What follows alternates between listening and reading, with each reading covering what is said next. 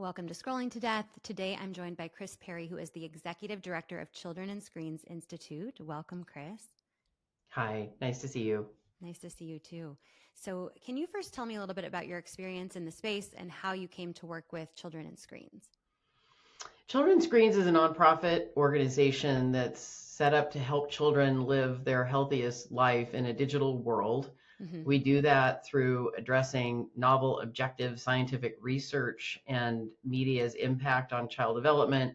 And we take that research and translate it into tools that parents, children, caregivers, practitioners, policymakers can use to take action to improve the lives of children in this digital world. Yeah. And how did you come to work with Children and Screens? I've spent my career in the early childhood development and child advocacy world. I've been active in California, but also in national issues with time in Washington, D.C. And a couple of years ago, I became increasingly concerned by the impact of digital media on child development and some of the disruptions that we were seeing, particularly during the pandemic, to children's well-being. And so I jumped at the chance to come to the Institute to learn more and do more on this topic. Great, thank you. And I am also very interested in child development and how much we're pushing media on kids at young ages, particularly in the educational space. So why don't we start there? And then I have lots more to jump into, but I am fascinated with how much we rely on screens in the educational programs. And I have kids that are 8 and 6 and 3.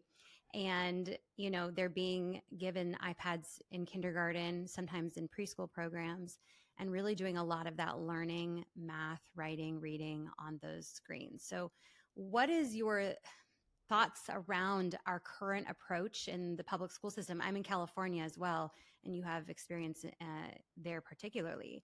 So what are your thoughts around our current approach to tech-based learning?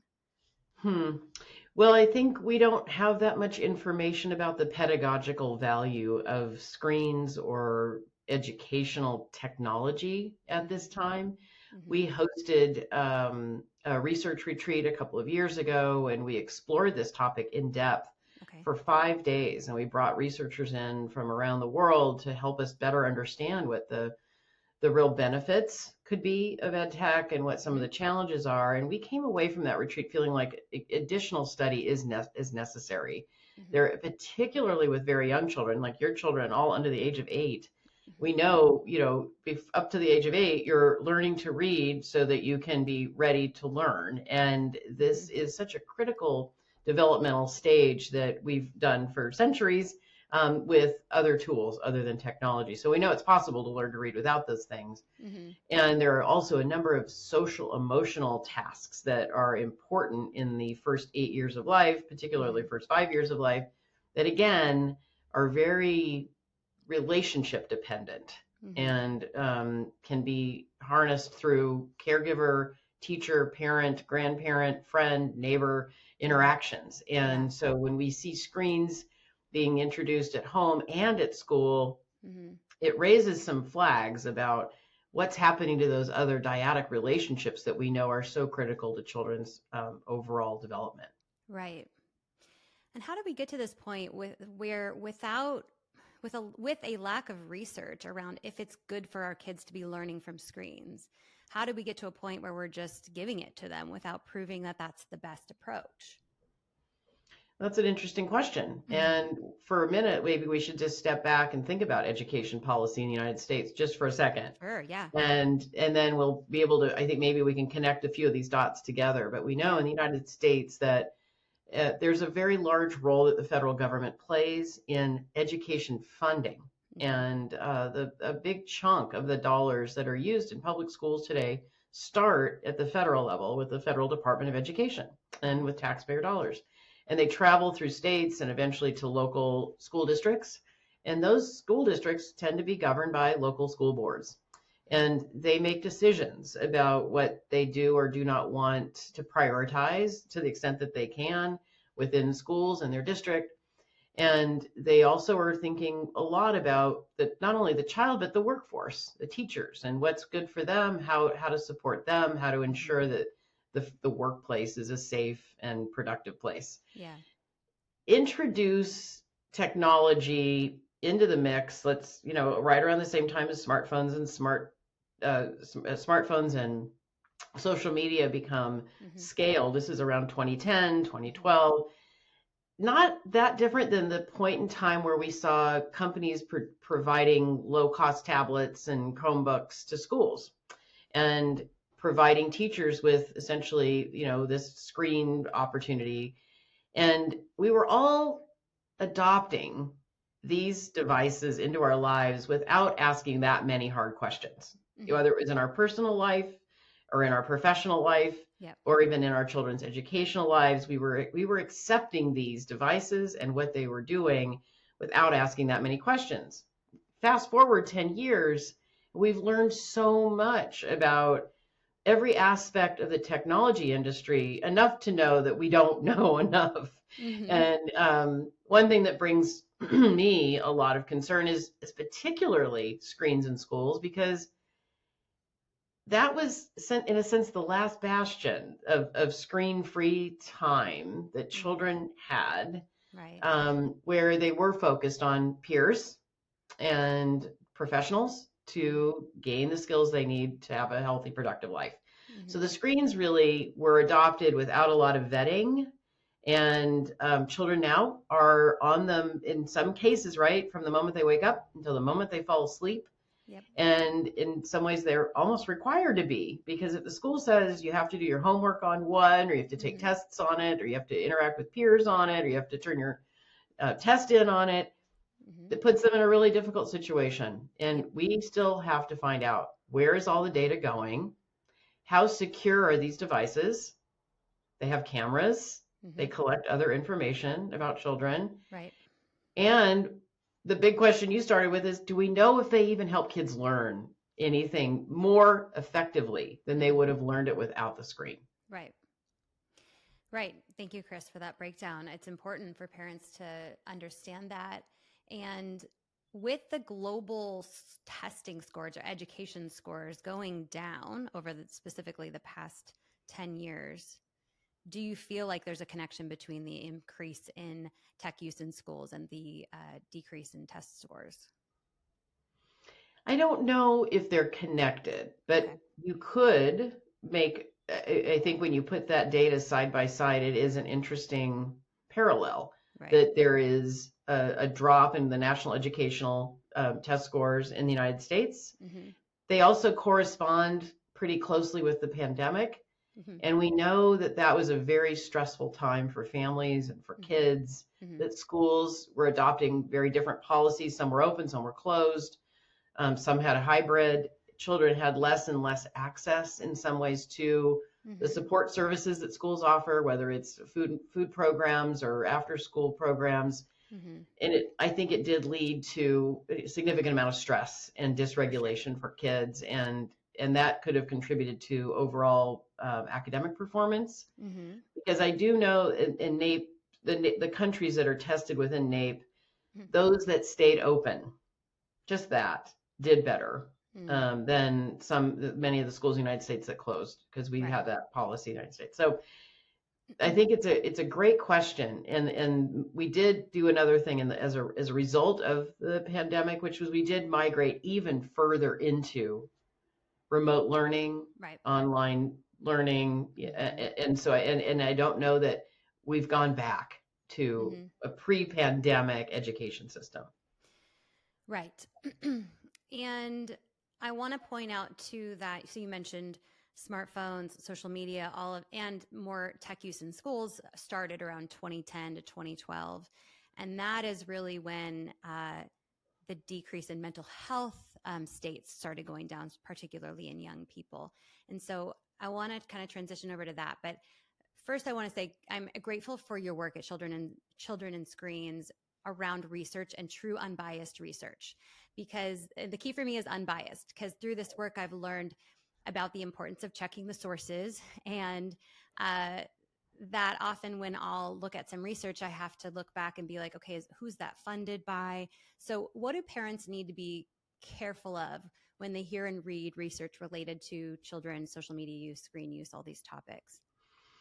I'm so glad you brought this up, Nikki. This is something most people, we take for granted if it's held out as research, objective research, that it is. And Right. we're learning that the tech companies themselves are increasing their investments in research. Mm-hmm. We do not take any tech funding. We are unbiased, and we're really transparent about our funding, so Mm-hmm. that you can take what we're offering and knowing that, and Okay. and we think that's actually a major asset Mm-hmm. at the institute. Um, and one thing that's difficult, though, is that we have really woefully underfunded research on this topic for the past decade, Mm-hmm. and it leaves researchers open to looking for funding outside of government or philanthropy so that they can try to find the answers to some of the hard questions you're asking today. Mm-hmm. And when tech companies are spending billions on these kinds of studies or other activities, it makes it really appealing on some level to get to do the research, even if it Mm-hmm. came from a tech company. And so Yeah.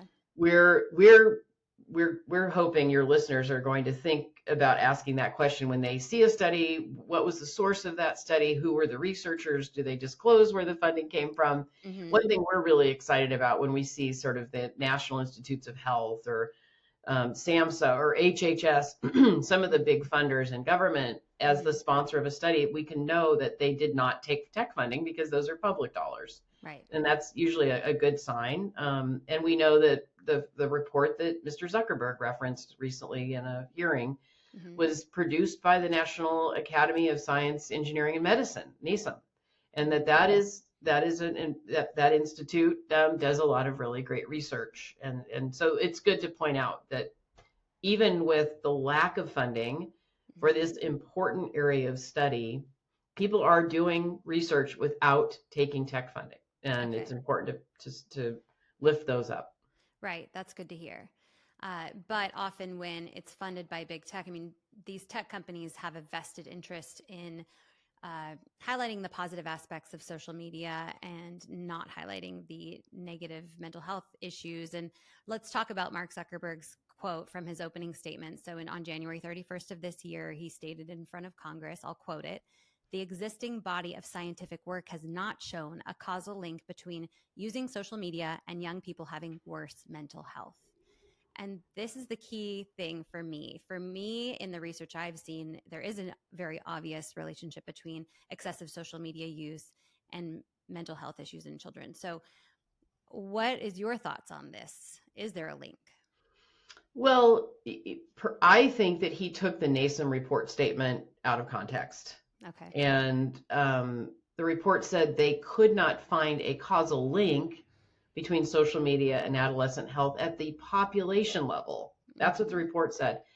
But the report did acknowledge that there are negative consequences of social media use. And they did appear to be, even though they were nuanced, that the report did point out that there are robust links between mental health and social media use. Mm-hmm. So even though, this is a public health issue, and there probably never will be causal evidence because mental health is incredibly complex Mm-hmm. and it's really an outcome. And that social media itself is not a monolith. So, of course, it's going to be really difficult Mm-hmm. to determine a clear causal relationship at the population level Mm-hmm. about an outcome like mental health with a product as diverse and sophisticated Mm-hmm. and all encompassing as social media. I don't know if I'm explaining that well enough, but it is a very, very, very difficult. It's an extremely high and unrealistic standard that there would Mm-hmm. be a causal relationship. And I want to point out, though, that even though there's not a causal relationship, there has been many studies that have shown small effects. And when you take a small effect, which might like where social media has had an impact on a group of individuals, and then you think about that at the population level, then you are talking about still a very significant finding. Right. And it's just we all have to learn that these words matter. So when he says causal, he's purposely using a word or a standard Right. that's very, very hard to meet. Right. Well, they've got some very smart and well-funded. They've got a very smart and well-funded team working for them that's feeding him these lines, so they know what they're doing. But I think it's important to point out our own U.S. Surgeon General last year stated that 3 or more hours spent on social media double the risk of anxiety and depression symptoms. So there is, you mentioned, what did you say? Outcome, did you say, of social media? Yeah, on kids. Mental health is an outcome. Yes. Yep. Okay, so what have you learned at Children and Screens? What have you learned through the research? How is social media affecting our children's mental health? Well, let's talk again about those small effects that I was mentioning a minute ago as being different than that large population level causal effect point. And as you point out, teens today are using social media really virtually all the time. And actually they started at a very early age. So we know that Pew did a study in 2022, 95% of teens have access to a smartphone. 94% of teens, which is 13 to 17, use social media either almost constantly or several times a day. 54% say it would be hard to give up social media, and Black and Hispanic teens are more likely than white teens to say they're online almost constantly. So I'm just giving you like a sense of the size and scope of the use of social media. Yep. So small to moderate effects are common in studies. That happens frequently, that small effects are found across an entire population. And with technology, that occupies a huge portion of their working or their waking hours. Yeah. The mental health aspects of this are caused in a sense by so many other parts of their development being impacted. So let's remember, screens affect vision, eating habits, physical activity, attention, cognition, and sleep. So if you think about all of the ways in which your body and mind are working each day, and they're all in the wide variety of domains of your development, that each and every one of those domains is impacted by your smartphone use. And ultimately, if so many are being impacted, it potentially could impact your mental health. Right. Sleep deprivation alone. Right. That's what I wanted to point out. Yeah. Yeah. Right. So it's a point of what are you missing out on? What are you not allowing your brain to focus on in order to develop in a healthy way by putting that screen in front of your face many, many hours a day? Yeah. Most research has shown something that's called a U-shaped relationship with social media use and mental health for teens. Okay. So while there's a potential for harm when you use social media, there are also benefits. So I want to make sure we talk a little bit about those. Sure. And it's really finding that balance, finding a healthy balance that's key. So abstaining completely from social media when your friends and peers are likely all on it, and it's important for your relationships, your social network, for you to be on social media sometimes. It could have a really negative effect on your mental health to be completely off of social media as well. And there really is a sweet spot someplace for every child, and every child's different, where you're not using the device excessively. You are prioritizing your health and your healthy behaviors and your connection to others. So if you can figure, and as children get older, they're more capable of understanding those variables and their own feelings and how to manage their time in a way that gets them to that sweet spot of connection without excessive use.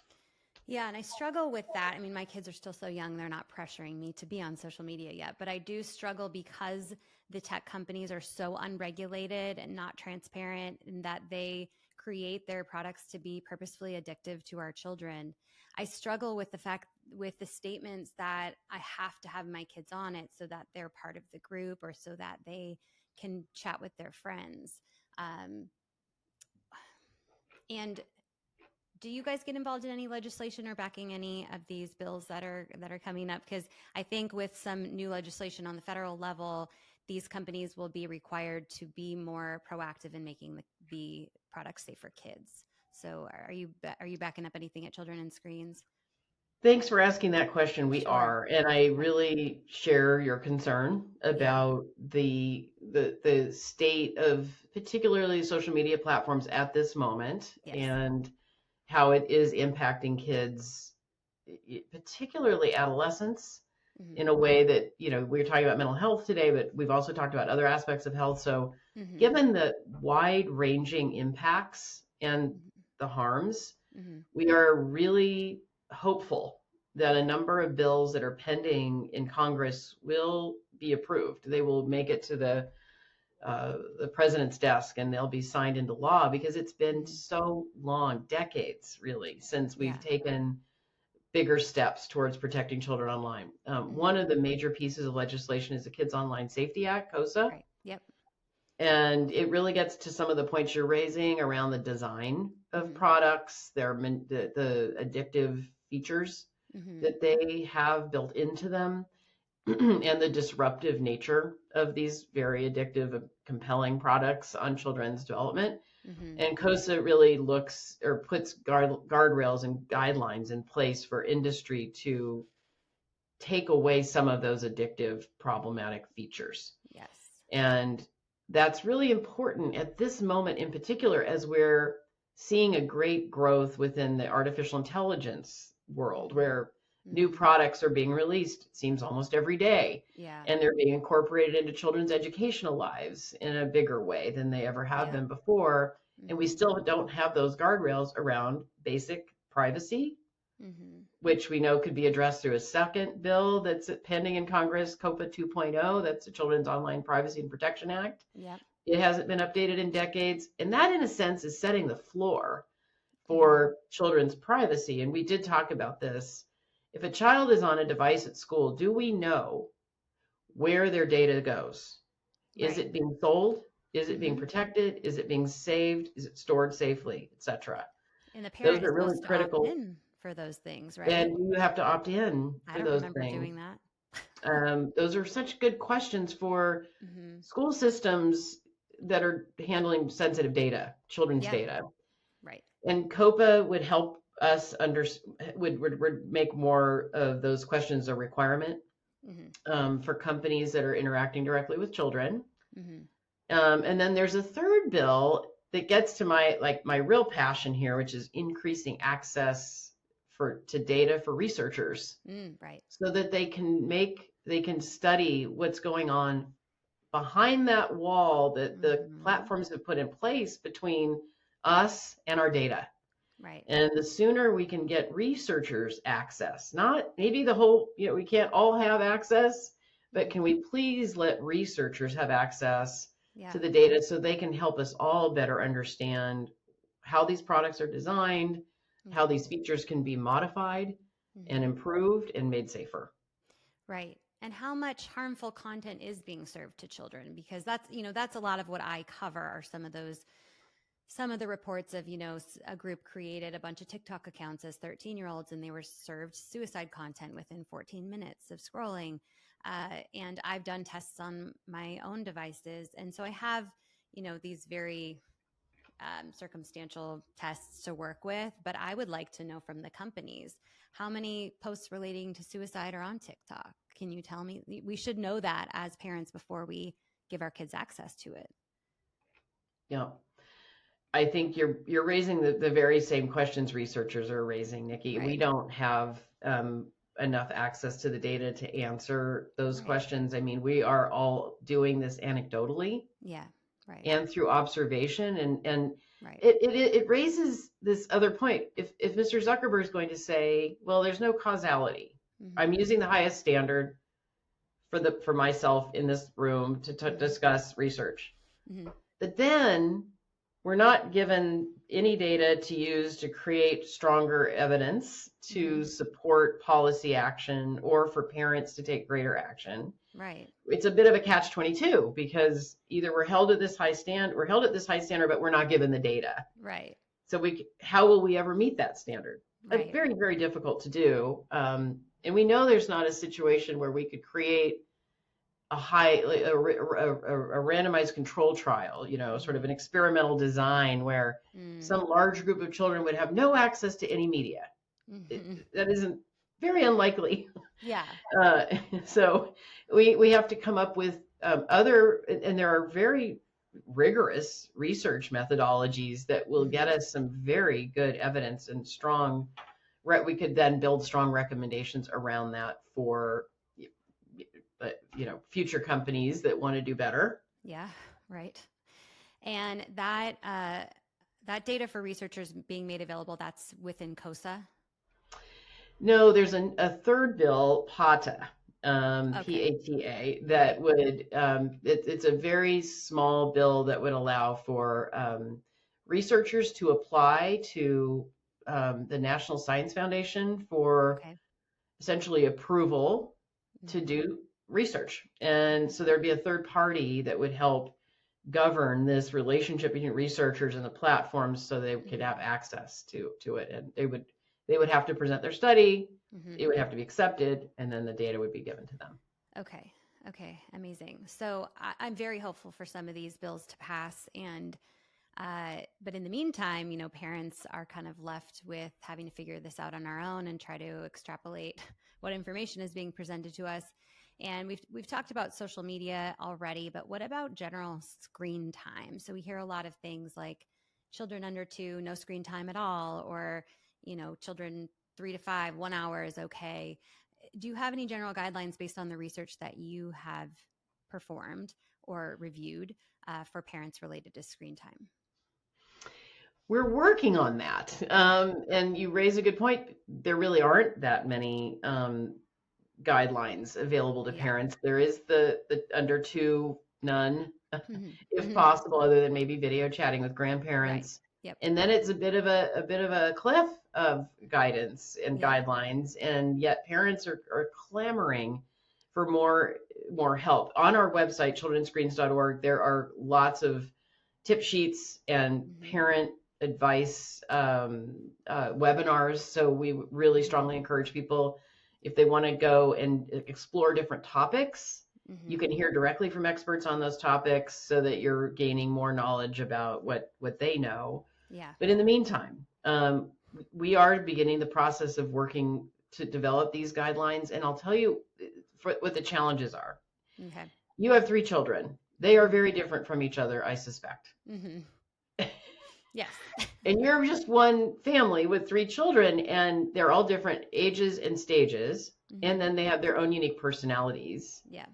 So when you go to make this decision, how much is the right amount? I would say it's maybe not the best place to start. That's maybe not the best question to ask when you start this question. And instead, you should think more specifically about the child you're thinking of, the age and stage and temperament of the child. And then think about all those developmental tasks we talked about earlier that you're very anxious for the child to master, to accomplish.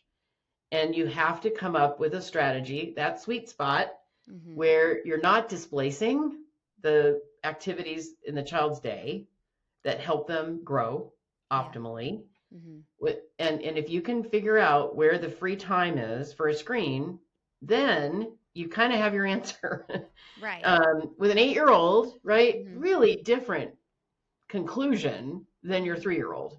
Yeah. And you have to, you really have to step back and think about your individual child. With all that said, I think that it's also good to have essentially like an approach for your family, where in our family, this is how we manage screens as a family. This is also different from the individual child. We don't have screens at the dinner table. Right. We don't have screens in our bedrooms. We don't watch TV during breakfast. We have a computer in the living room, and if you want to check social media on it, you can, but you don't have a smartphone until you're in high school. you get the idea. Yeah. So Right. as a family, you can establish those norms immediately, and Right. you hold them throughout their childhood so Mm-hmm. that no matter what's going on with smartphone use or social media use, the Mm-hmm. family media norms are in place. Right. And those are all about the child's optimal development.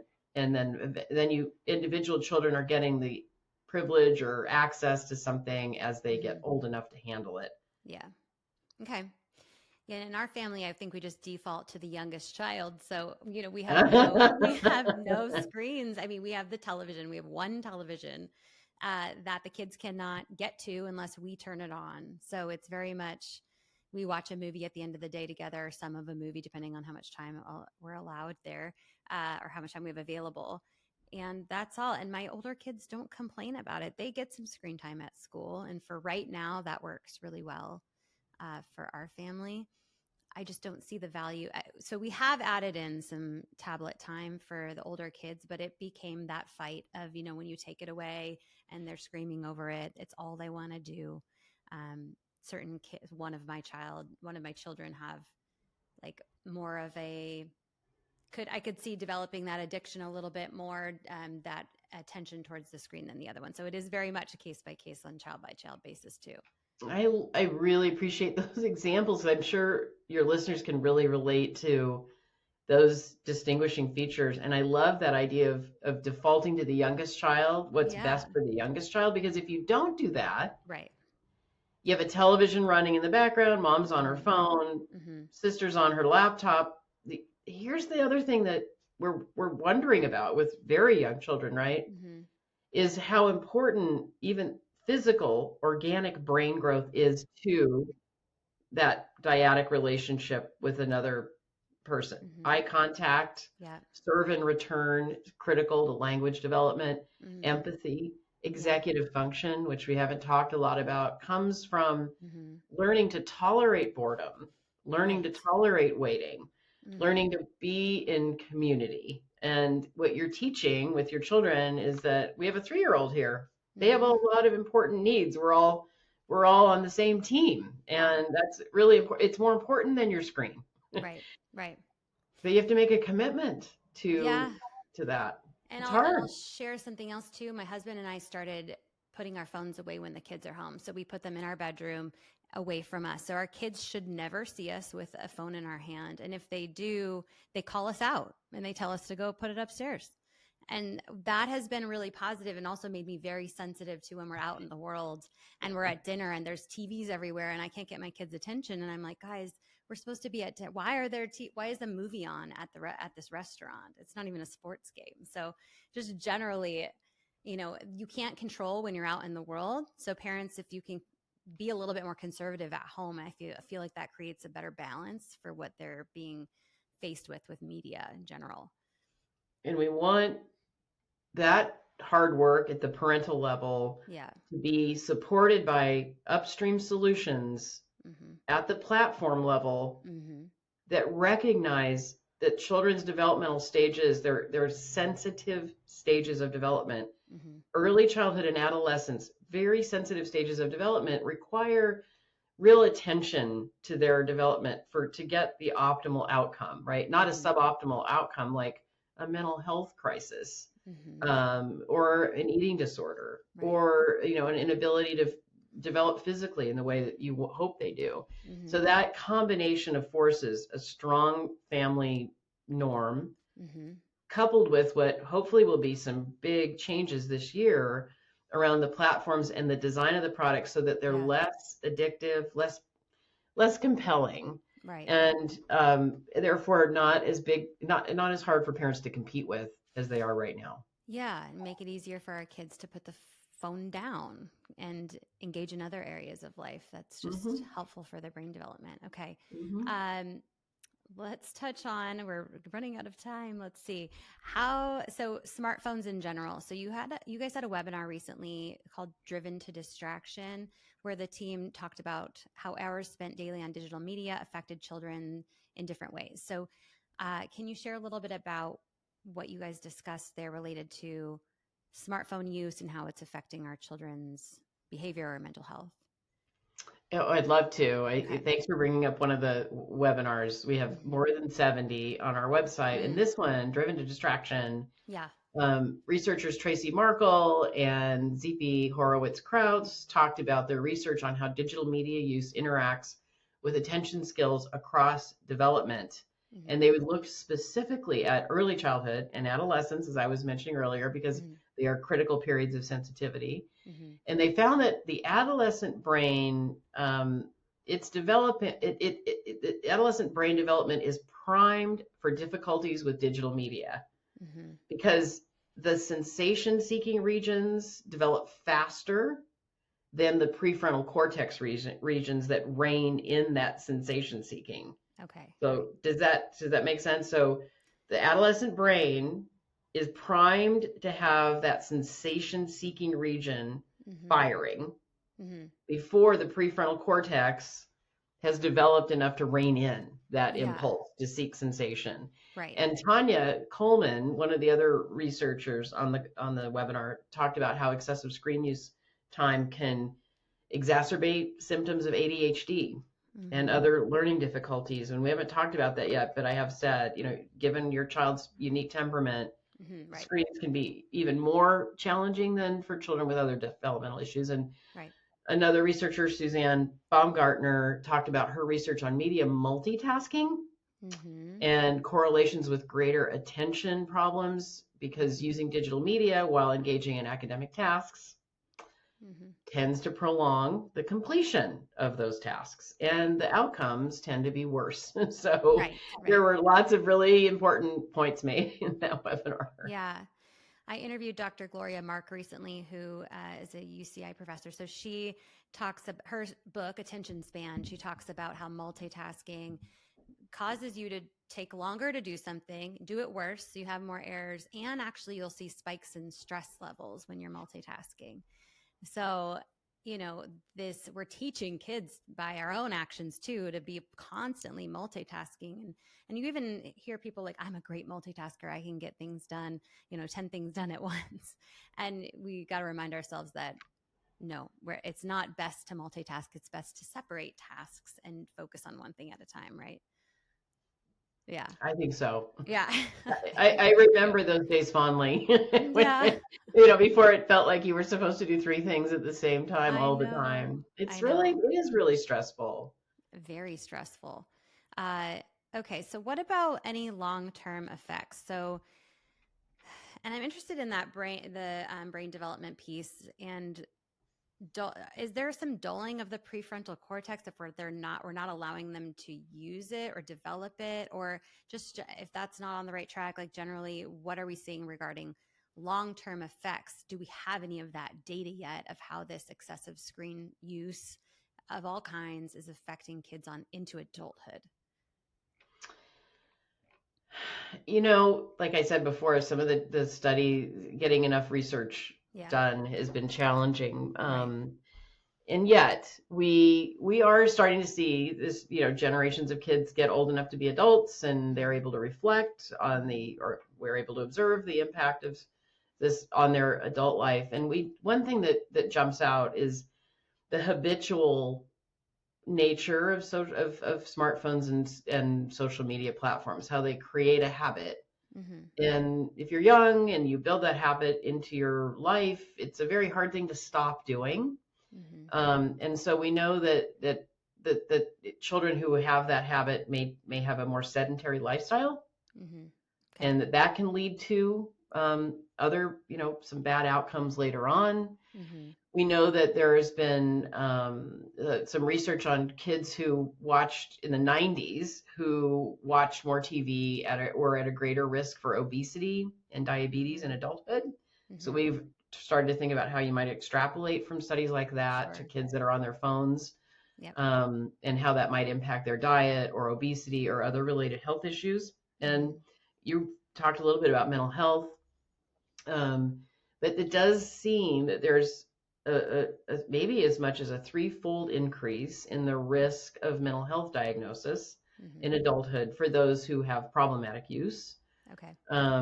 And that's really troubling. I think that presents so many other risks Mm-hmm. down the road for long-term well-being, and just dysregulated and unstable, a feeling of instability and in the child, I think could lead to other problems, something we call sometimes comorbidity, where one thing is complicating another thing. So if you have a mental health illness or a diagnosis, that can contribute to, poor academic outcomes, poor employment outcomes. It's like a cascade of difficult challenges as you get older. Yeah. So we're only really able at this point to talk about what we're seeing in real time, that kids are getting older, and we're able to look back at some studies from a previous generation where they took on a new technology, maybe went too far, and have had some difficult outcomes. Okay.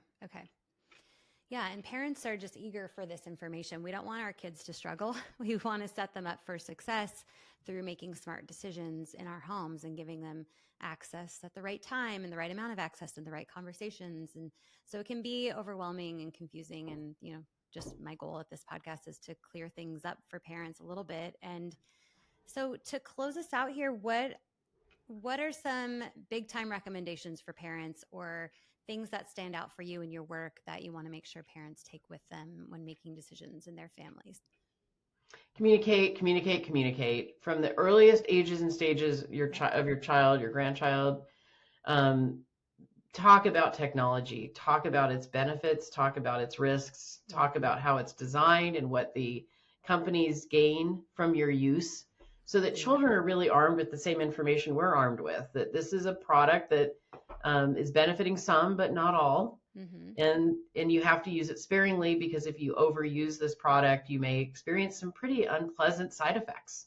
Right. And it's not too young, even with a 3-year-old, to talk a little bit about why you can't have this much right now. Yeah. And I think that those are some very simple, proceed with caution and communicate and set those family norms in a way that you can sustain. It's not good to have big reactions and take things away and then give them back. That sort of intermittent control. Take control. Be the one to decide how you want your family to interact with media, and do your very, very best to hold the line. And where you see it being used outside the family, at school or in other activities, ask questions of the people that are using it. How did this come here? What does it do? How do we know if it's helping? And really be a little bit more curious maybe about the technology in your life, and see if you have to have as much of it in your life as you do. Right. Because the one thing we're really excited about at the Institute is our children and optimal child development. And screens can add some value, but they aren't going to replace you, the parents, in their child's life. So be sure to stay right there next to them in this process of learning about screen use. Yeah, thank you. And it really does not replace real life experiences. I read something yesterday. I'll close on this.